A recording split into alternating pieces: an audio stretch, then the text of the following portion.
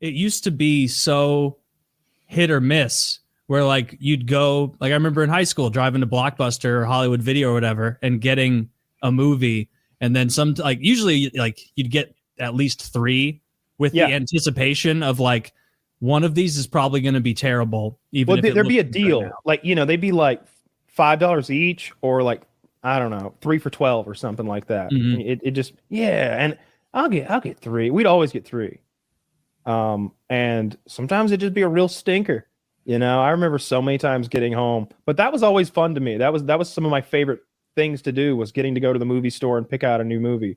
Because there wasn't really a limit on how many we could get. Like sometimes we'd pile 5 or 6 up. And I remember at one Blockbuster, I was probably 16, 17, and me and a couple friends were driving there, and my mom had told me like, oh, use my Blockbuster account or whatever. And I hadn't been to this movie place in a long while.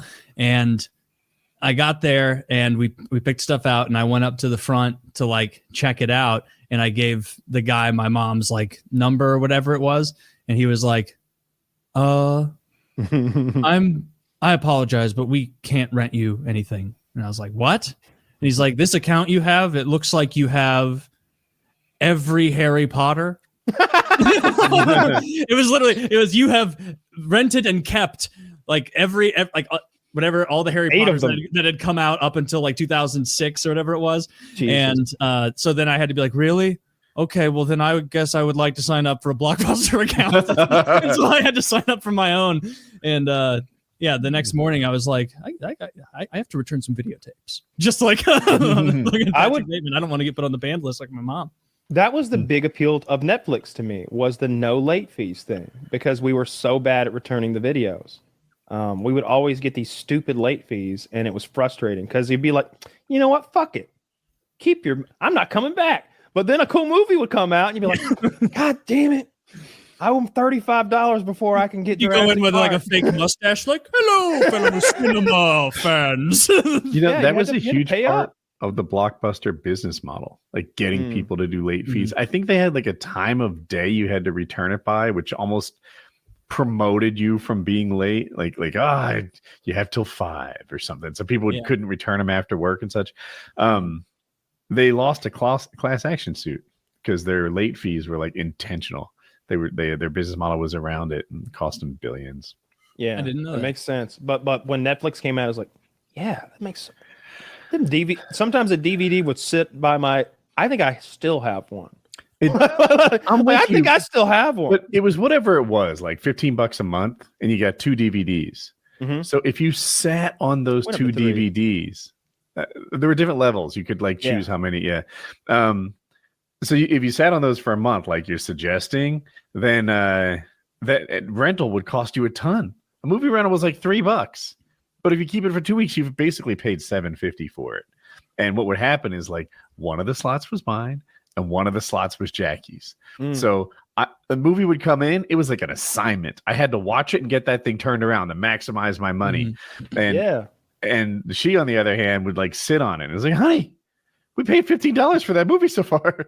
You gotta send it back or watch it, like one of those, but you can't just keep doing this. Do you find yourself like trying to coax her? You're like, honey, notebook night, right? And then a quick drive to Blockbuster afterward.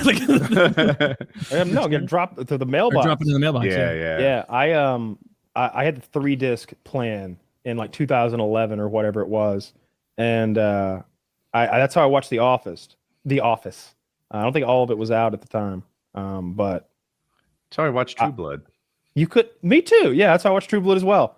It was frustrating when you get to the end of that 3rd disc. You're like, shit, we got to get these back to the post office. I got to turn this around. The mail takes a while. I don't know about where you are. Of course. For me, though, like you'd ask for it would take 3 days to get to you.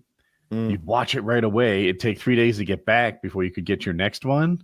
And it's like, shit, I'm trying to watch a lot of movies and really make the most of this account. But the fact that mail is a week on either side of the movie. I think I staggered them so that I'd get a disc every day with and I was watching the same thing. So it worked out pretty good. But it did mean that you're like, fuck, that's the last episode on this disc. And sometimes half an episode would be on a disc. I'm pretty sure that would happen. Half an episode. Yeah, like they hadn't even gotten DVDs to the point where they could hold. It was like 2 episodes a disc or something like that. They were probably they were doing that on purpose. I bet they did that on purpose. They split them out more. So I remember in like cost more. Like 2002 or so, 2003. Like I didn't really have any VHSs of my own. I had like one tape of like the NHL's best goalies on VHS, and then I had Lord of the Rings: The Fellowship of the Ring on VHS.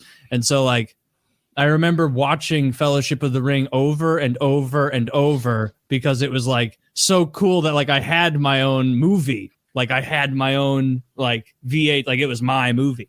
And it was like after a few times, it's like I should probably have more than one movie because I was just oscillating between that and watching Mike Richter make some awesome saves in 1994.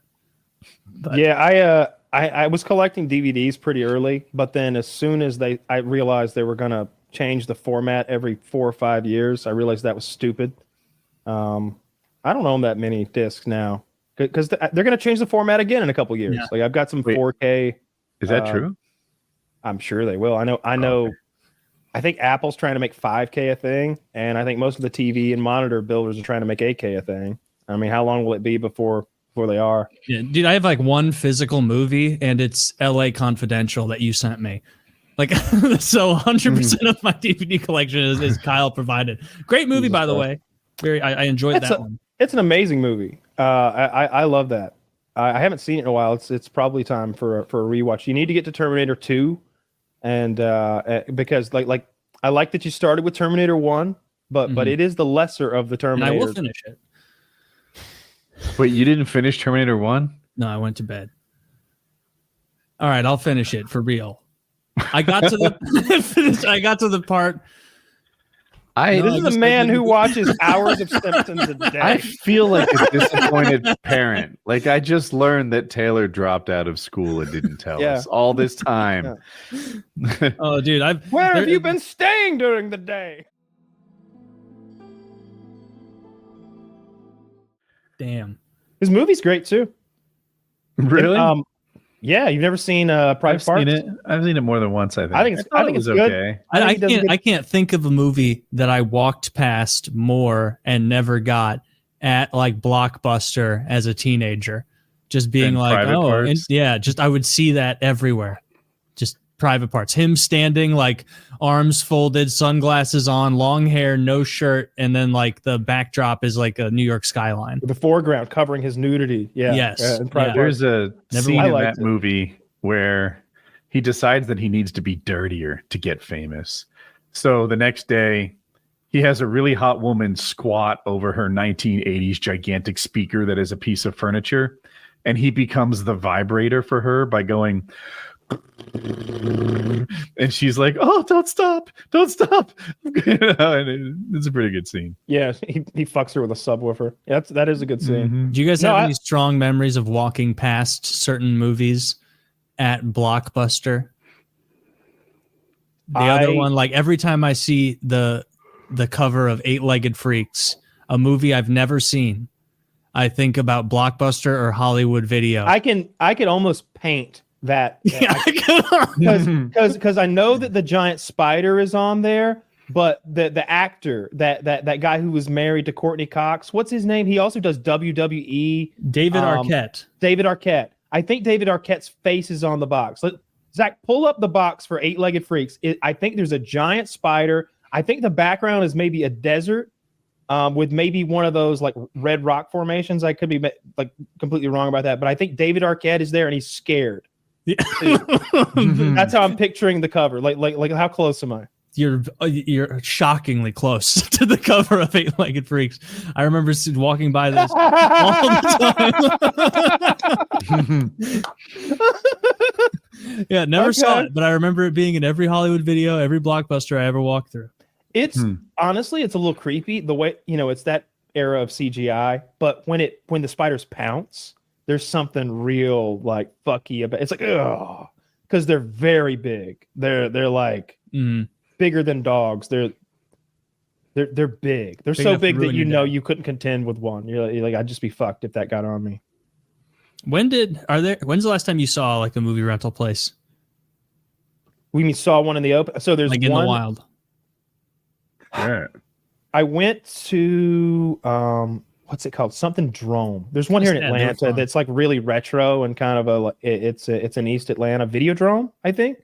I went there maybe 5 years ago or something, but you know, it's almost an ironic trip. It's like, hey, do you want to go to the video rental place? It's like, yeah, sure.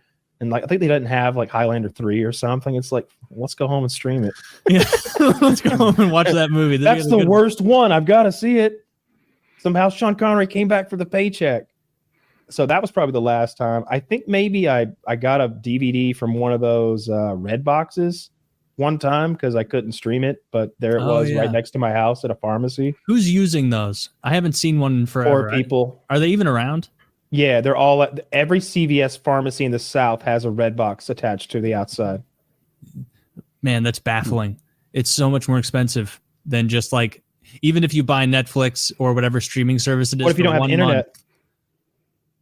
Oh, that's fair. Yeah, if you don't have internet, you gotta go to Redbox. Everyone has the internet. Not everybody. Everyone with a TV has the internet. Homeless people have phones. I wonder what's more common. They got satellite. Yeah. DVD players or internet access?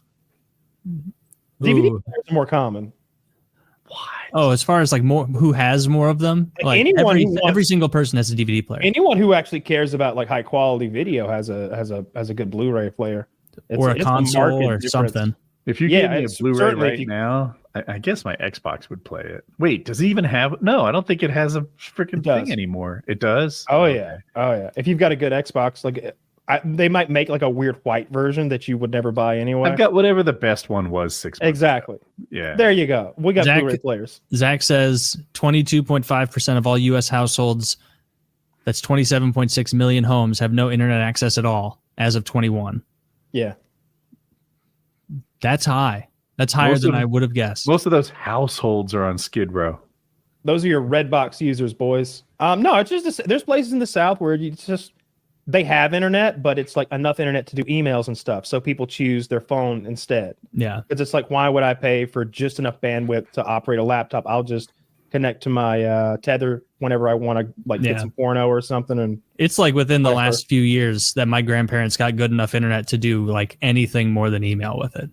Just because they live in such a rural area. My dad still doesn't have it. I'm like, Dad, I'm always bothering him. I'm like, you know, he watches that fucking shit. Oh my God. I don't know if I told you this the other day. What if he can get Starlink before we get off the topic too far? I think he can. I looked into it and it was like coming soon to this area, but that's been like 2 years ago. So maybe I'll look again now. Better hurry up. But he, apparently my sister hasn't lived there in so long. But he's like, your sister's got these channels locked.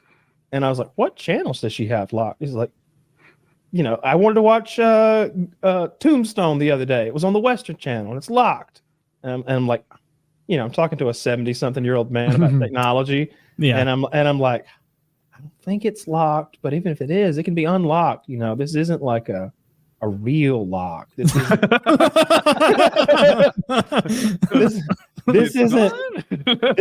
is like one of those like just turn the parental settings off in your settings. You know, it's not like there's a code, and even if there is a code, there's a way to reset all the codes. You know, this is a household appliance, not Fort Knox, and it's just like I'm just like, Dad, why are you even on this fucking satellite shit still? At first, he thought it was the TV. He was like, I'm gonna have to get a new TV. She's locked this one.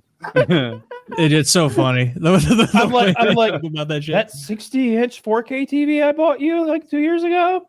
Yep, gonna have to get a new one. I'm like, no, it's not the TV. She hasn't locked your television. It's a television. Dad, what you're gonna want to do is get a hammer. I want to be like, you can't lock a record player. You know, like you've just got like the wrong record. I want to like break it down to some old timey media or something, but I don't know how. He needs the fucking internet so I could just log him into all my shit, and he would have so much to watch that he'd never pick a thing. Like he'd probably still watch Gunsmoke. You should. That can be his Christmas gift this year, or maybe even before that if you don't want to make him wait 9 months. What, Starlink? Well, if Starlink's not available, then there's nothing you can do.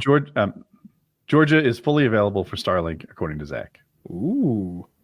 I know you. I think the dish or whatever receiver used to be like 500, but I think it's more like 750 or 800 now, huh? No idea. It's easy to learn. Yeah. Should look into that. I'm 300. I really like that movie. I have not seen it in so long. I remember the second one sucked. Yeah, second one blows. Yeah. The first one's good though. No, like I really like. Yeah, I remember it being good.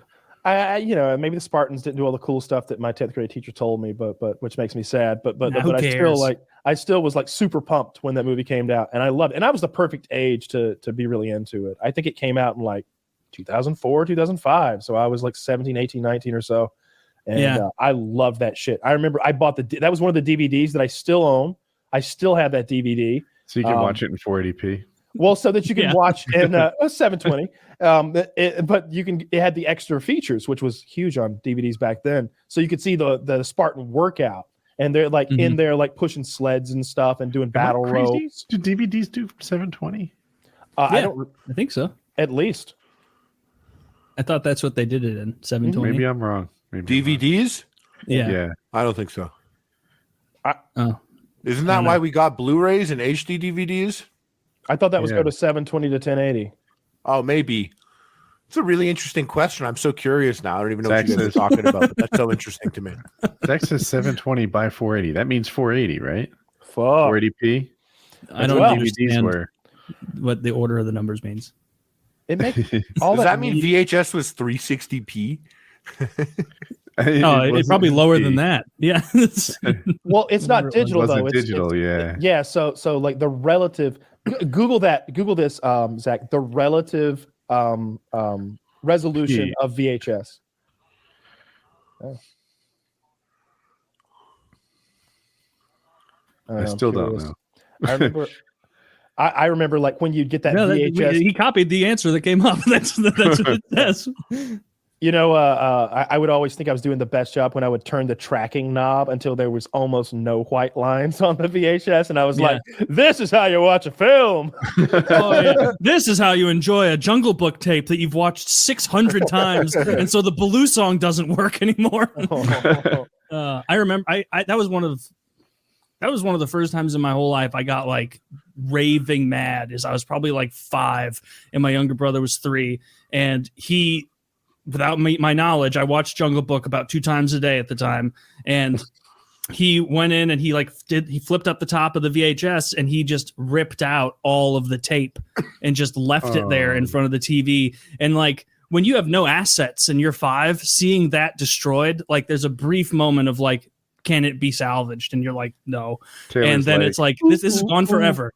I'm gonna kill you. Ooh. Yeah, I'm gonna kill you. That's good. Yeah, but like I just remember like feeling like I'll never see Jungle Book ever again. Like because of this the last bastard. remaining copy I lucked out to get this. Yeah. We're Jungle Book was a golden great age. one.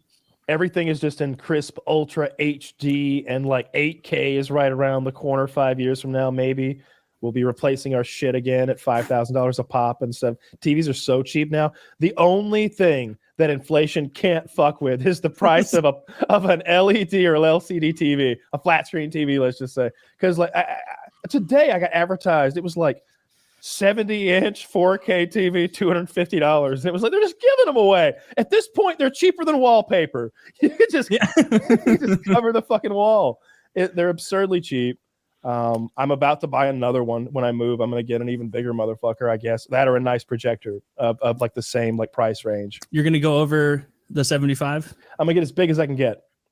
If that's 90 something, I'll do that. But I am considering a projector. What I want to do is go to like, God, we ran Best Buy in Circuit City right out of business, didn't we? I want to go somewhere and look at one. Best Buy's around. Best Buy's around. Yeah, I'm not sure I'd go still. Projector again. Like you really have to put your room around it, and you have to turn the lights off, and blackout curtains. You can get big TVs now. So here's the thing getting a about me. projector. I already have I already keep like the room black, like during the day, like my bedroom, like it's completely blacked out. I don't even use real light bulbs in there. And I use those like star light bulbs that were on Reddit one time that look like you're looking into a galaxy or something. They give off almost no illumination. I'm constantly tripping and bumping over things. It's awful. Why did you buy those? It's real good lighting if you're having sex. It's but only that.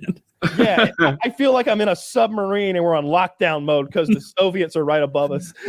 We got the red lights on. Everybody's creeping around. You're in U571. Yeah. To me, so you might like that, but to me, a darkened room is pretty awesome in the short term, and in the long term, I call it a depression chamber. Like, I need to get outside and find some joy. I'm a cave dweller, and so same. But I need to see I want to see clarity and brightness. I don't want to be able to look through the image and see the background, if that makes sense. Like, I feel like I can almost like look through like what's being projected and see what it's being projected on a cheaper system. And it needs to be fucking bright. And I don't want at any point to like be like, oh yeah, I'm looking at a wonky little projection of something that's a little bit like washed out because it's not bright enough. So if I can find something like that, then I'll do that. Or I'll just buy a big ass TV. I don't care which. Big ass TVs just work, I suppose, and there aren't multiple pieces, and they just mount to walls. So that's probably the smart thing to do.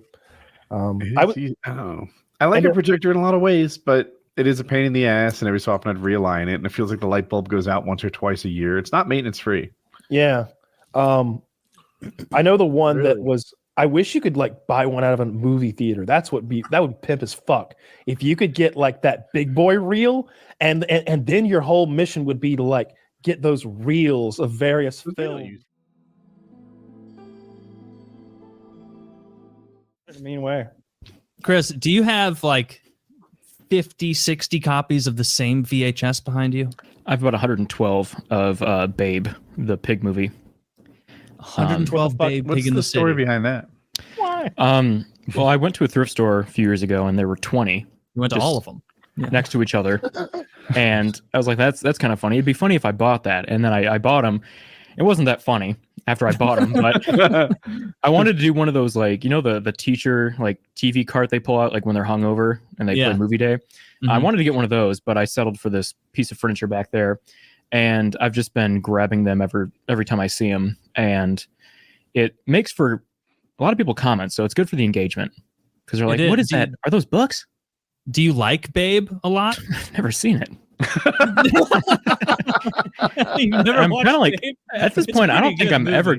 That's what the old ladies at the thrift store tell me. They're like, I love this movie. And I'm like, me too.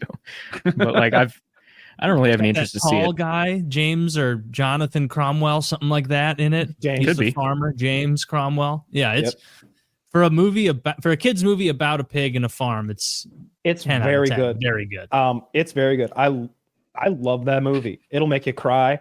Like there's at first the pig wants to be a sheep herding pig. He doesn't want to conform to what pigs are supposed to do. His hero is the female sheep herding, like border collie, and she's normally the one who has to do all the sheep herding now because the male border collie went deaf because he stayed out all night in the storm with the sheep. The stupid sheep. That's how he feels. Those stupid sheep took my ears. I can't herd right now. I can't hear the master's call. And most importantly, he can't compete in these tournaments where you herd sheep professionally. And it's just this huge blow to his ego. And he's laying it all on the pig. You can't do it. Just being awful. And then when the little pig does it at the end, it's a tearjerker. And then he does I think he saves the farm at the end. Not only does the pig win the big dude, he's never seen it. No, he's never gonna. This is better. He's got 120 fucking copies. Yeah, if he was gonna Kyle watch telling it, you what happened at this point. This is as close as he's ever gonna get. Spoilers for Babe. So at the very end, as Kyle mentioned, the pig does a good job. Now, what he didn't mention was the farmer's like super duper stoic. He's real cheap with the compliments. And when the pig just smashes it and does an outstanding job that no one thought a pig could do, he goes, "That'll do, pig.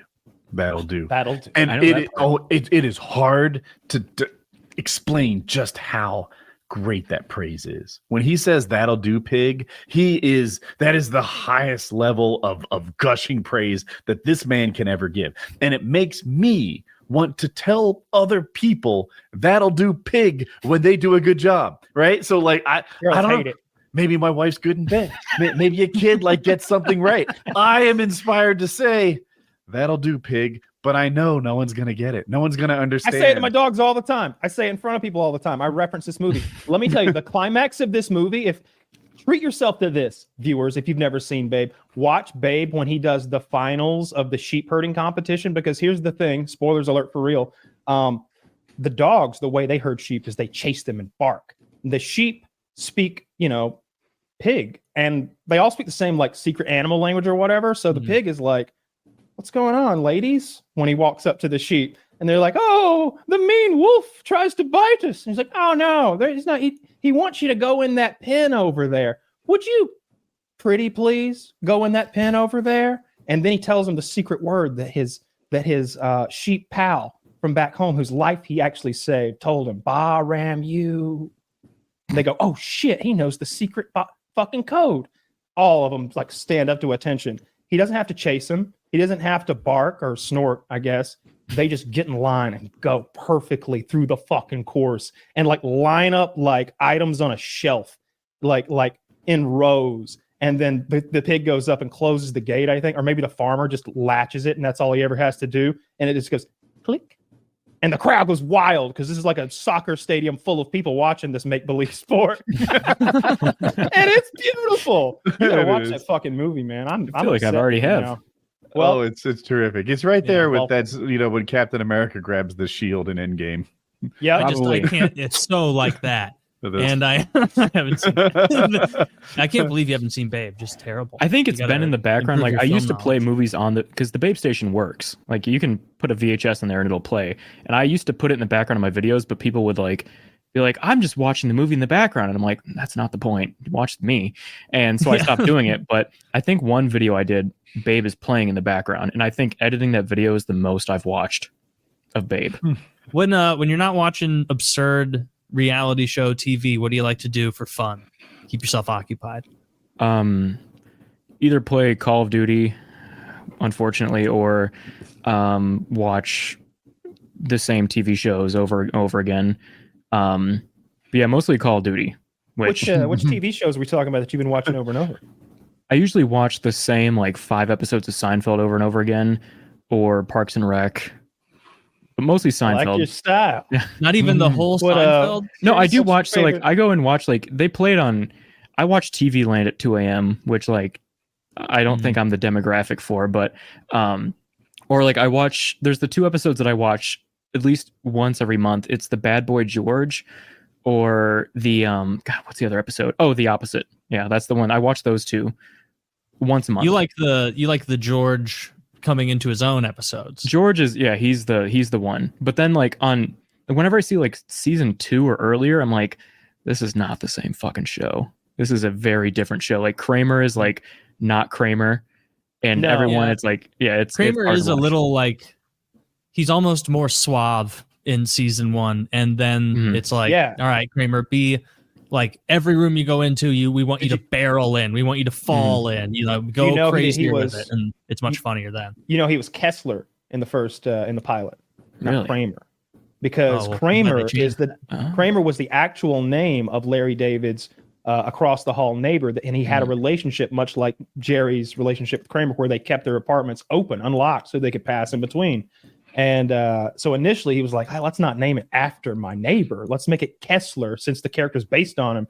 And they're like, no, this isn't going to work. And they went to him and maybe paid him $1,000 or something. That guy, to this day, the real Kramer, he runs the Kramer Seinfeld tour. And you can hop on the bus with this guy and he'll tell you Larry David stories and episode stories while he drives you around, I guess, to all the hot spots that they filmed at. Surely the diner and places like that. Yeah. Is Larry David wealthier than Seinfeld? $1 billion, I would say, neck and neck probably, because their main breadwinner they're probably 50-50 on. Although I don't know what Jerry makes for all those comedians and cars shows he does. You'd think they'd pay him buku, or he wouldn't do it. Yeah. But then on the other hand, Larry David's done 10 seasons on HBO of Curb Your Enthusiasm. So that's got to be put him ahead. I don't know what that pays. You know, it might be a passion project for that guy. It's so I love that show, that dry humor, that just let the joke fall. I can't watch too much of it. It's like sometimes it's a bit much. Makes my teeth hurt because it's like come on, don't act like this. Don't embarrass yourself and everyone else at this fucking bar mitzvah or whatever. I love it because Larry says the idea is that Larry David says whatever he fucking wants to. That he's and it's kind of, if he was a normal human being, I'd probably hate him. But because Larry David has become Larry David, billionaire, actor man, I'm like, yeah.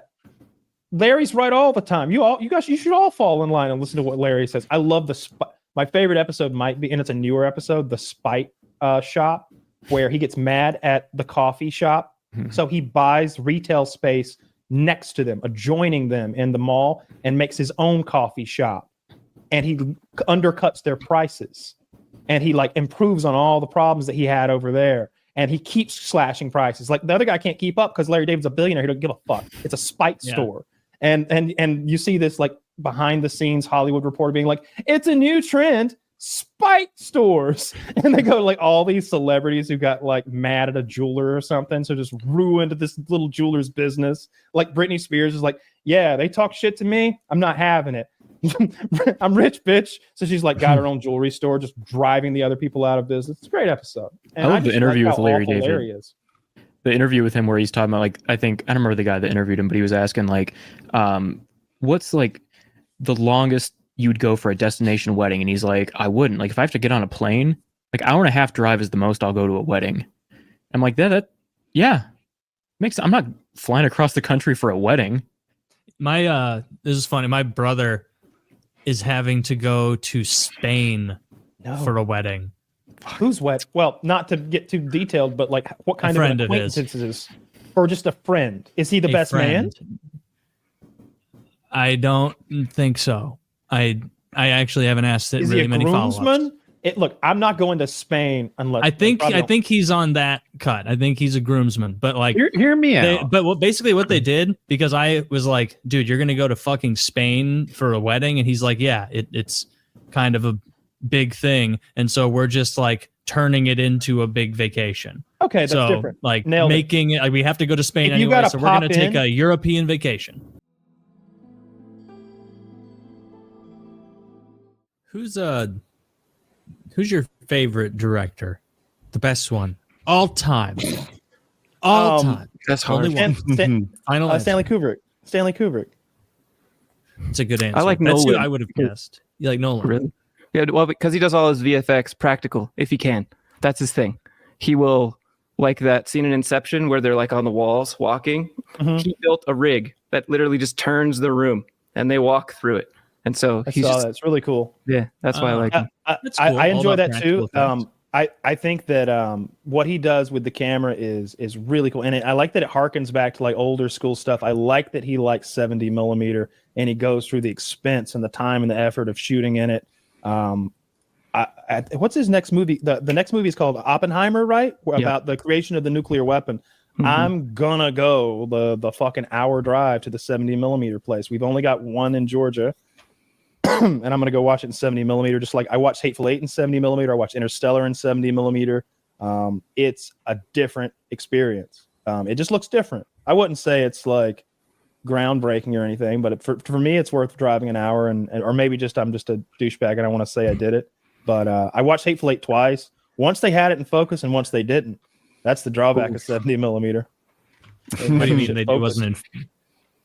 They just played the whole movie out of focus. So everything that you've probably ever watched in a theater was a big digital projector, unless you go back to maybe when you watched Jurassic Park as a kid. Maybe they had reels of film, but it's been a digital projector for a long time where they go boop, and a movie gets shot on the screen, just like you would at home, but bigger and fancier. But he's shooting in 70 millimeter, which is a very wide film stock. 35 is what's used a lot, I think. 8 is what you do in a little home reel zippy zip camera. But 70 is a very dense, very wide film stock that captures a ton of information, a lot of depth of color and diversity of color, and it's very wide. It's a very wide shot, and they've got to focus it with a lens up there. There's a little bit of I don't know. you've got to be a projectionist, not just a button presser. So if you don't have a projectionist, you've got a button presser. It's out of focus. I've never been to the theater. Is it like I'm imagining like a drive-in theater, but inside that kind of size? It's at the Mall of Georgia in Beaufort. It's outside. It's about 40 minutes outside of Atlanta, and it's a standard theater. I mean, it's a big IMAX theater. When I say standard, I mean, it's the seats are the same, and the room it's just a bigger room, but it is an enormous IMAX screen you watch it on. That sounds pretty awesome. I haven't seen a movie in IMAX since high school. I watched Avengers Endgame. That's the last one I watched in IMAX. I wanted to see that, but I used to watch a bunch. I think I had like the Crown Club card for like a couple years in a row, and I was like, we're gonna get our money's worth. And like I would go watch 2 movies a day. I'm already like one of those unethical life pro tip guys where like when I was like 16, 17, 18, when you've got a car but no morals yet, or like tons of readily available income, you either go to watch one movie and it's like, well, now we're here, like why not watch 2 movies, right? Like, so I would always just stay and watch a second showing of like a different movie. I never did that. I don't want to sit down and watch 2 full movies back to back in the theater. Yeah, that's a lot of sitting still. It's hard to sit still for this fucking show for 4 hours straight. You gotta move around a little bit. You're not tapping your feet all the time. I'm always moving. I got my legs crossed here. I'm in my zone here. This is my comfort zone. When I'm gaming in here, I'm in here for 12 hours sitting here. Like I do this thing with my neck where I do this and that, and it goes krah krah. Because I'll sit here for fucking 3 hours straight and not move, and then I'll remember and I go, oh yeah, don't turn it, crack, crack, and I'll be like, because if I turn it, it'll like twist up in fucking knots. No, I take my gaming seriously. I spend a lot of time in here. You do. You're not even. Yeah. The last thing I was playing. It's not AOE 2. Let's see. It's not The Last of Us, but it should be if you're that into the show. I think. Right? I feel like that's what I should do. After fan of that game? Well, just after watching it, I feel like I should play it because I had the idea. Like I've played like the very beginning of it, but then I had to move, so I didn't have my PlayStation anymore. But now that I'm watching it, I'm like, I just want to go back and play it. So I don't know. You should. I played a tremendous amount of Escape from Tarkov in January. I would guess I was spending 60 to 75 hours a week playing for about 32 days, I think, till I maxed my character out. And then I quit that. But before that, I've been playing Darktide, which is a Warhammer 40K game. Unfinished game. Yeah. It's an unfinished game. But I played that awfully religiously too. I maxed 2 characters out in that. Anybody that listening knows that's tremendous duty to be done. Yeah, it takes a while. So I get real obsessed with games, or with any sort of like hobby that I get into. I get kind of obsessive about it. And if I'm not doing it, then I would just be thinking about doing it anyway, or I'd be researching how to do it better, like how to play the game better, or how to strategize. I'm avoiding playing the stupid game that Taylor's playing, which is AOE 2, because it's like a 15-year-old game. Taylor and I's PCs cost more than vehicles. It's Taylor and it's I a game from 2000 or let me finish my 1999. thought.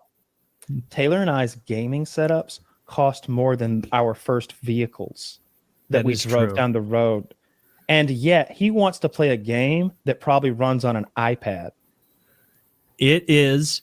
So the reason, Josh, have you played Age of Empires before? Of course. The franchise. Yeah. Age of Empires 2. It's one of the best known RTS games. If you like real-time strategy style games, then you love AOE 2. It's a very fun, complicated game. It has a wider, broader tech tree than any other RTS. I'm biased towards it because, like, StarCraft, very cool. Probably StarCraft 2 is the most popular RTS out there today. It's wildly popular still. I'm not as into the alien side of it as, like, all the civs of the AOE 2 side, where it's like I can play as the Hindustanis, I can play as the Franks, the Britons, the Gurjaras, the Vikings, the Vietnamese. Like and they all play differently, and it's so fun, and like managing the different economies. Like I'm having a blast at it, and trying to get better with build orders and shit. And Kyle just thinks it's lame. And I don't think that's fair. I think like it's not about the newness of the game or the graphics or anything. It's about, and you know, the reason AoE 4 didn't suck me in is because they got rid of a lot of the complexity. They got rid of a lot of the stuff that made AoE 2's build up. So like they simplified a lot of it. And I don't like that. Not that like, I'm not even good at AoE 2. I'm not even good. I just have a fun time playing it. Yeah, I am simultaneously addicted to the Yellowstone universe and disgusted by the Yellowstone universe. It is so stupid and lame, and it is. I mean, Yellowstone in particular, they've just been fighting billionaire landowners from California. You know, those liberals, for 5 years now. Get another plot. Jesus fuck! Like this is the only thing you got. Someone's trying to buy your land or like steal it or get. Yeah, no, I get it. I don't think they're gonna have any other bag, right? It's just gonna be about. I wish they would just expand. Like, I heard it's gonna end. Oh, well, that'd be good. Kevin Costner doesn't want to do it, and Kevin Costner's people came out and said this isn't true, but the rumor was he wanted to do all the filming in 1 week. And then they're like, no, we'll work harder than that. And 1 week. Specifically, the rumor was they had like 50 days to do the whole thing, and they did like 45 days on the first half of the season. So he's like, get your shit done. And then they said that wasn't true. So take that. Yeah, that's definitely not true. Like production times, especially on a big show like that with all the animal stuff, it's got to be a couple of weeks per episode at least. Like Star Trek: The Next Generation was 2 weeks per episode, to give you an idea. And like, and it's way more controlled. They're able to set everything up. Yeah. They got like 3 sets. Animals or, you know, sometimes things that are weather related or, yeah. I watch a lot of like Star Trek behind the scenes stuff. And they said, we did everything in 3 takes. Usually just 1 take. We go in there. We do. What do you think about this, Mr. Wolf? I think we're in trouble, Captain. Right then. Shh. Scene. All right. We got it, right? We got it, right? Fucking lunch. They just roll. I heard Scorsese's like that. I think I might have messed it up. No, Clint Eastwood. Clint Eastwood is like that. Eastwood is the guy. Like it rarely, if you need a second take, he's like, "What? You fuck it up? Why do you? What do you suck? 1 take." I don't know. Eastwood makes good movies, so yeah. They say he doesn't do a lot of takes. I haven't seen the one that he made about the Atlanta bombing thing. Remember we had the Olympics in Atlanta, and there was a bombing. They got the wrong guy, and they got the wrong guy right away, and the media got carried away with it. I'm blanking on his name. Richard Jewell, I think. Thank you. That's the name of the movie as well, I think. Yeah. And look, I was a kid. It was 96, so I was 10. But I remember this vividly. How like, oh, they got him. It was that guy, and he's like all over the news, and it's like, this is the guy who tried to blow up the fucking Olympics. Meanwhile, he's the fucking hero cop who came in like Paul Blart, looking like Paul Blart too, but he's the guy who was like, bomb. And he's like, get everybody out of here. Probably saved lives, like got the bomb defused, got it out of there, it never went off. Saved the fucking day. Needed him on one of those hijacked planes on 9/11, but he couldn't because they ruined his fucking reputation in 96. And so that's what the Clint Eastwood movie is about. It's about him like, I don't know. I haven't seen it. It is. Oh. It's very good. It's sad, but it's good. Yeah. I haven't seen that many of Clint Eastwood's directing. What has he done other than like Gran Torino that he directed? Like no. The World War II one, is it Flags of Our Fathers, or is it something of Iwo Jima? Ghosts of Iwo Jima, maybe? He made a World War II, and I think that's from the Japanese perspective. That's really good. Oh, that'd be cool. But I'm spacing on the name, I think, maybe. I remember The Mule. I think Sully. Unforgiven. We're skipping out on. Let's see. $1 Million Baby. Oh, yeah, with Hilary Swank. I'm so outclassed in movie discussions. I haven't seen any of these. Well, I'm cheating. You've never seen $1 Million Baby? That's like Heartbreak Ridge. That's it's a boxing movie. Heartbreak Ridge is great. So that's when Clint is like that, like still physically imposing age of like maybe 45 or so, and he's like muscular. He stayed muscular his whole career. If you look at, there's a movie where called Space Cowboys where he goes to space as like a 70-year-old man. He's got bicep veins. But anyway, going back to the other thing, Heartbreak Ridge, he's training some soldiers. He's got his own like squad or whatever. And it's, it's the classic cliches. He's like, there's like a slick guy with cool glasses, and he steps on the glasses, and everybody's like a jokester or whatever, and he like kicks their asses, makes them a fighting unit, and then they end up in some half-assed battle/war in maybe like South America or something, and so you get like some explosions, some battle, and some hoorah shit. It's good. It's okay. It's like an action movie. What if we find a very wealthy family who volunteer to have a homeless man hidden in their home while they're away, and they have like an hour to find him, or he gets the house. Oh no! Or he gets to live there for a month. In the match. I like that better. Yeah. I don't. You're going to have to add a little bit of an incentive for the hide and seek family because they're not going to volunteer. I like $50,000 to do it, right? Oh yeah, I could find a homeless guy in my house for 50 That's grand. my biggest. That's my biggest fear is that like I'm out one day and like a homeless man jimmies my window and then goes up in the hot ass attic and he's just up there sweating the days away, waiting on me to. But he doesn't know my sleep schedule's fucked, so I'm just always up. And he's just up there dying. Starts to stink in your house in a couple months. There's a rotting homeless man up there. Oh, that'd be the best. That's a bizarre thing to be afraid of. Was there a movie that happened in, or like it happened in real life? What's that movie? So the calls coming from inside the house. What's that called? Yeah. Stranger Calls or something. I watched that the other day. It's not a good movie, but yeah, he had like raped the children to death or something. Like while she was down there worried about the fucking phone.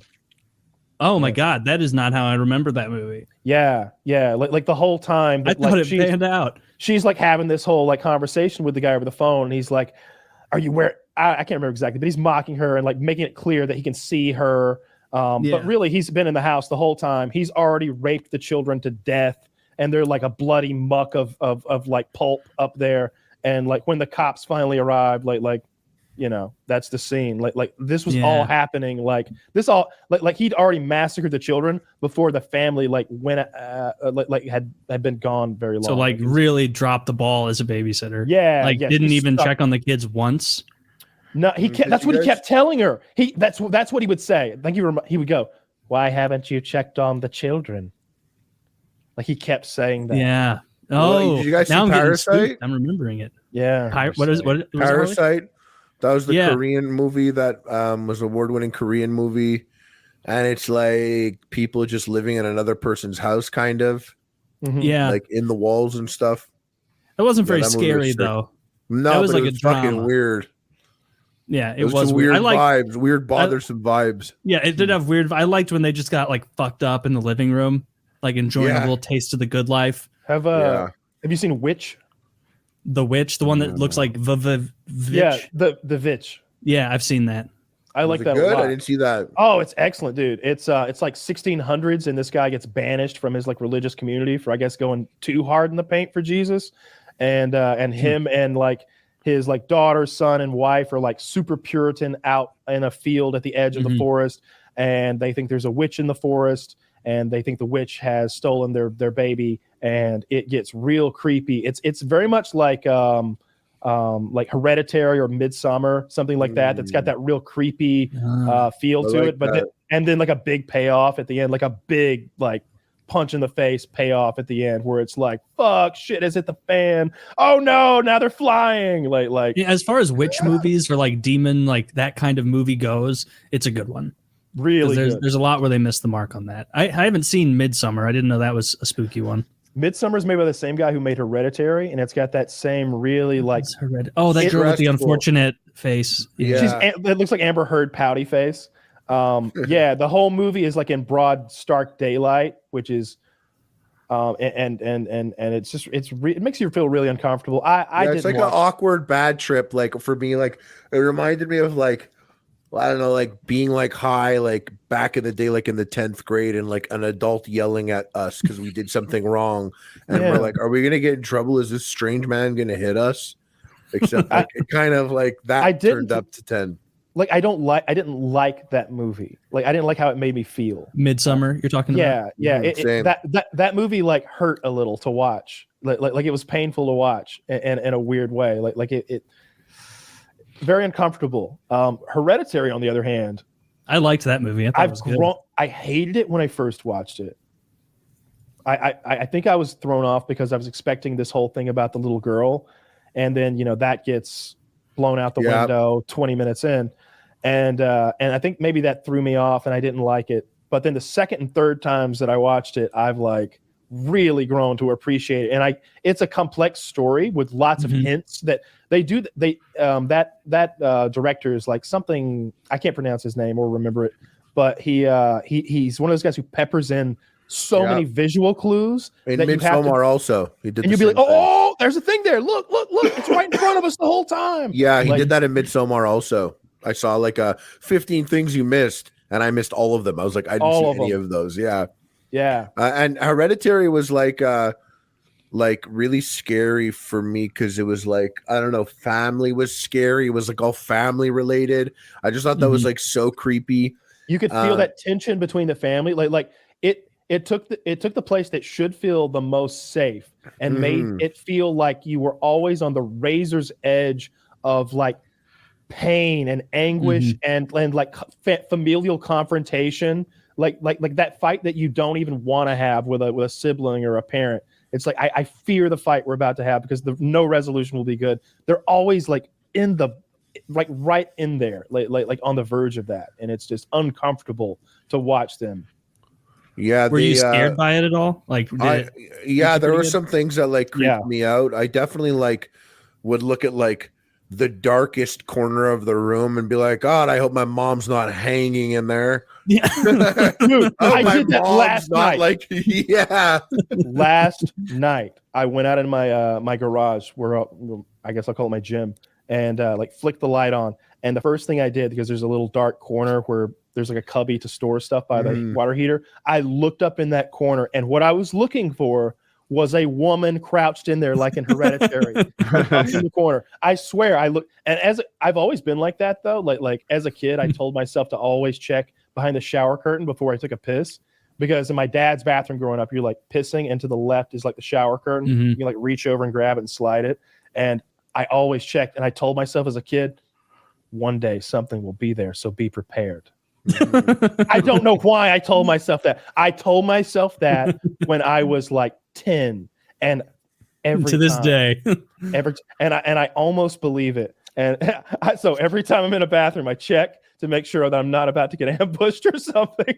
What's the plan if there is a knife wielding madman behind the punch? Well, it's clearly a fight to the death. Just be killed in a more scared way.